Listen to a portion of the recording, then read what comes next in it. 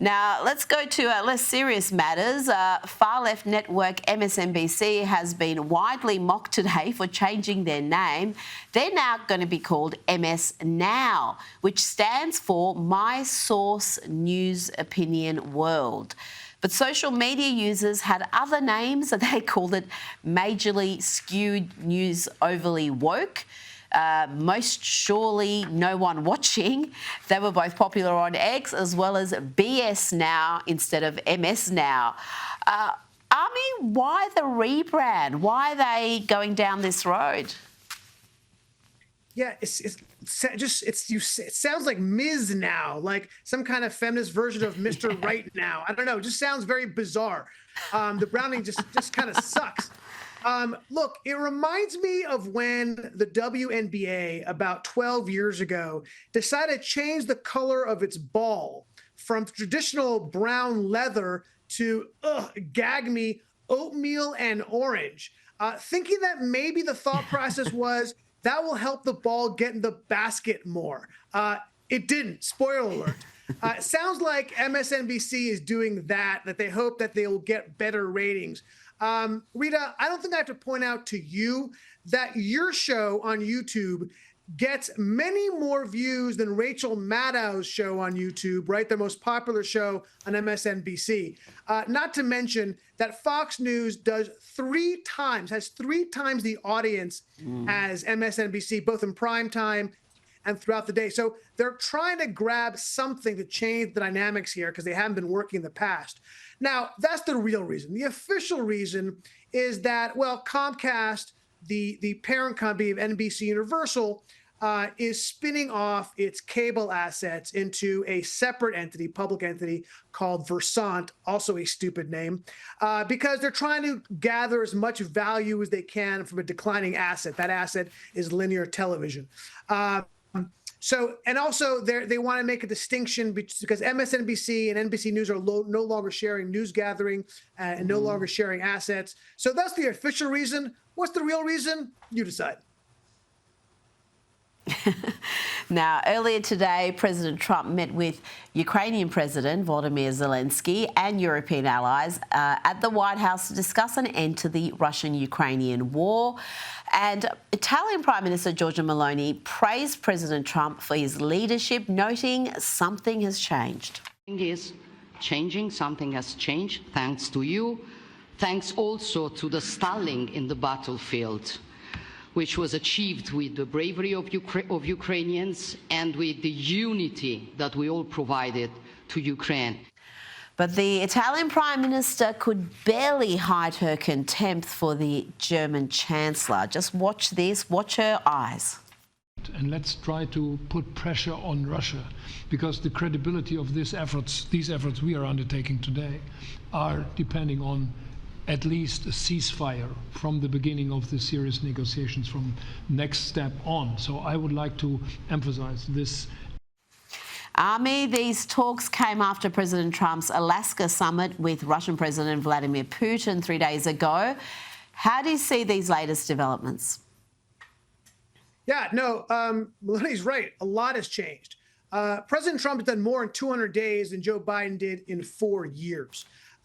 Despite that, you see how the media has been framing this, right? They've been framing this as failure after failure, capitulation to Putin. All the mainstream media has kind of gone after Trump as saying he's not getting the job done, when clearly everyone on the ground who's involved is saying quite the opposite. Look, what Trump did was this is what he does, right? He's a negotiator. He pivoted. So initially, the way he was going into these discussions was he was going to go for a ceasefire, and he was leaning toward that versus security guarantees. Then when he started talking to Putin, he saw an opportunity that Putin seemed to be more open to security guarantees than he was to a ceasefire. And look, that's why he's been going after security guarantees. I get why Ukraine values that very, very highly. And the reason why they do, I get it, is because when they were coming out of the break of the Soviet Union, there was something called the Budapest Memorandum, something that I don't think we've talked about enough.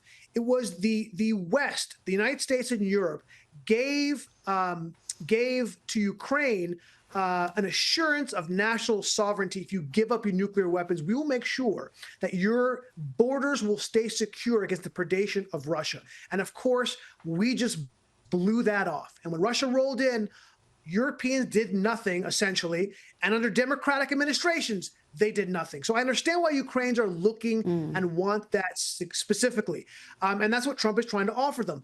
But at the same time, look, I want to make sure we should be very careful about security guarantees and what they are, because I don't want to have, I'm a huge supporter of NATO.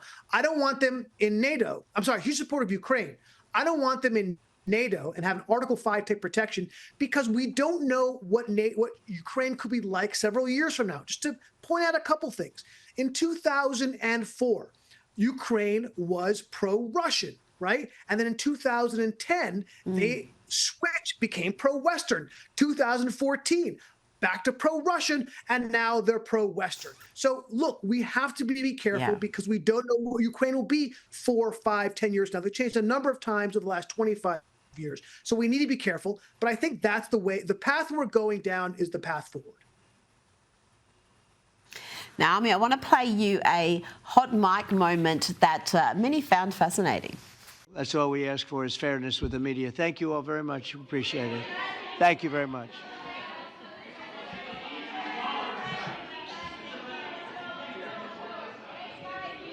No, thank you for being so fair.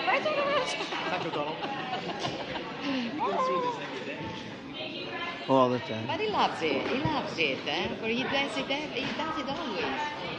I never want to speak with my friends. She says she never wants to speak to her press army. I can't say I blame her. And there was a lighter moment in today's meeting with President Zelensky and Donald Trump, and President Zelensky's attire was noted. President Zelensky, you look fabulous in that suit. I said the same thing. Yeah, you look good. I said the same thing. Yeah, looks good on I you. said to the one that attacked you last time. See, now he's I remember that. Yeah, I apologize to you. You look wonderful. No, my first question for you, President Zelensky. In the same suit. You see, I changed. You are not. Maybe yours is much better. Army, Trump has overseen around half a dozen peace deals this year. Most of them no one has heard much about, really, Azerbaijan and Armenia, the Congo and Rwanda. But this is a war, the Ukrainian-Russian war, that the West, and including Americans, have been deeply invested in from the start. Can you realistically see an end to it?